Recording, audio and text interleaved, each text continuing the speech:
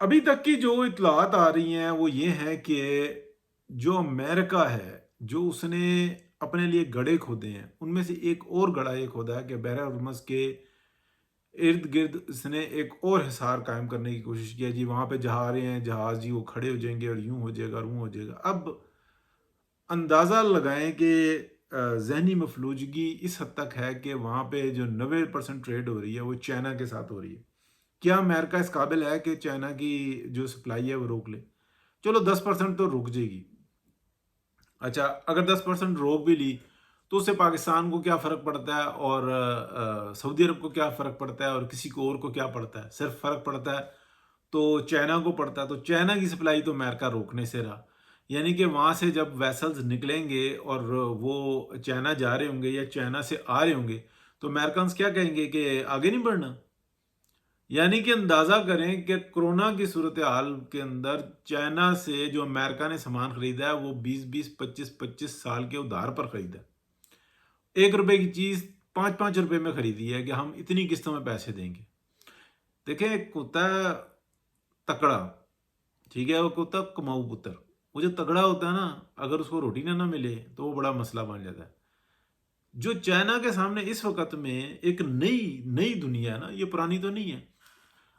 China کے سامنے امریکہ اور یورپ کی یہ حیثیت ہے کہ یہ بہت اچھے ہمارے کاروباری مرکز ہیں، ہم مال بناتے ہیں، یہ بیچتے ہیں، ہم پیسے کمائے جا رہے ہیں، ٹھیک ہے، اپنی اکانومی کو ڈیولپ کرتے جا رہے ہیں۔ اور چائنیز دنیا کے اندر کسی جگہ پہ کوئی اور ان کا شوق نہیں ہے کہ ہم وہاں پہ اپنی فن خوانی کریں، یہ کریں اور وہ کریں۔ چائنیز جو ہیں وہ بذات خود اپنی ایک دنیا بنائے ہوئے ہیں، ان کو ایک دکانداری چلانی ہے، وہ دکانداری چلا رہے ہیں۔ 20 سال 1 روپے کی ایکسپورٹ نہ کریں تو ان کو کوئی فرق نہیں پڑتا، اتنا مال بیچا ہوا ہے، اتنا ادھار آنا ہے ان سے، اور لڑنے کی صلاحیت ان میں اتنی ہے کہ دنیا حیران ہے ہر جگہ پہ۔ تو یہ آپ دیکھیں کہ امریکہ نے، کیونکہ ایک ہے کہ خرابی پیدا کرنی ہے، امریکہ کو ڈیفالٹ کریں گے تو ہمیں اتنا فائدہ ہوگا، اگر ہم یورپ کو بے حال کر دیں گے تو ہمیں اتنا فائدہ ہوگا۔ اس ضد کے اندر، اس زہر کے اندر جو تھا نا، بہت سارے لوگ مبتلا ہو چکے ہیں، ان کو سمجھ میں نہیں آ رہا کہ ہم اپنے گھر کو آگ لگا رہے ہیں۔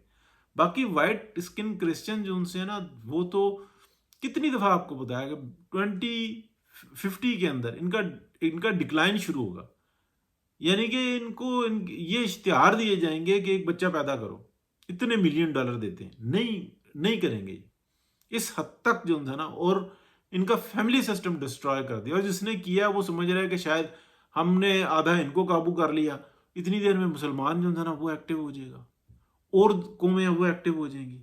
تو یہ جو پڑھی لکھی بات ہے نا، لکھی پڑھی بات ہے، یہ اس کے اگینسٹ جا رہے ہیں۔ تو یہ ضد بھی ہے تو جاتے رہیں۔ ابھی بڑی عجیب قسم کی صورتحال ہے، دنیا ہنس رہی ہے، تھو تھو کر رہی ہے کہ یار خود اپنے آپ کو ایک پنجرے میں پھر پھنسا لیا امریکہ نے، یعنی کہ کوئی بات کرنے والی کرو۔ اگر چائنیز شپ چل پڑے جی امریکہ کی، اب ہم جو ہے نا وہاں پہ ذرا جا کے پہریداری کرتے ہیں، پھر کیا کریں گے؟ کیا کریں گے؟ امریکہ پہ بم مار دیں گے، اس پہ چائنا پہ بم مار دیں گے، کیا کریں گے؟ یعنی کہ پوری دنیا تنگ پڑی ہوئی ہے، وہ کہہ رہی ہے کہ امریکنز کو کہ عزت بچاؤ، سائیڈ میں آؤ، اور ہر جو یورپین اور ہر طرف سے جو ہے نا اسرائیل کو تھو تھو ہو رہی ہے کہ تم اگر ایک بزنس کرنے کا ہنر جانتے ہو اور تمہارا مقصد ہی صرف یہی ہے کہ کاروبار کو کس طریقے سے چلانا ہے، اور انفلوئنس اتنا کرتے ہو کہ اینڈ کی ہوئی ہے، تو دوسرے کا جو جینے کا جو حق چھین لیتے تھے، تو پہلے یہ ہوتا تھا کہ کسی جگہ میں چھینتے تھے، پہلے یورپ میں چھینا، پھر اس کے بعد پھر یورپ میں چھینا، دوسری جنگ عظیم میں بھی یورپ میں چھینا، پھر پھینٹی پڑی، اور دونوں جنگیں ان کی وجہ سے ہوئی۔ جینوسائیڈ ہو گیا، جینوسائیڈ ہو گیا، دوسروں کے ساتھ کیا کر رہے ہو؟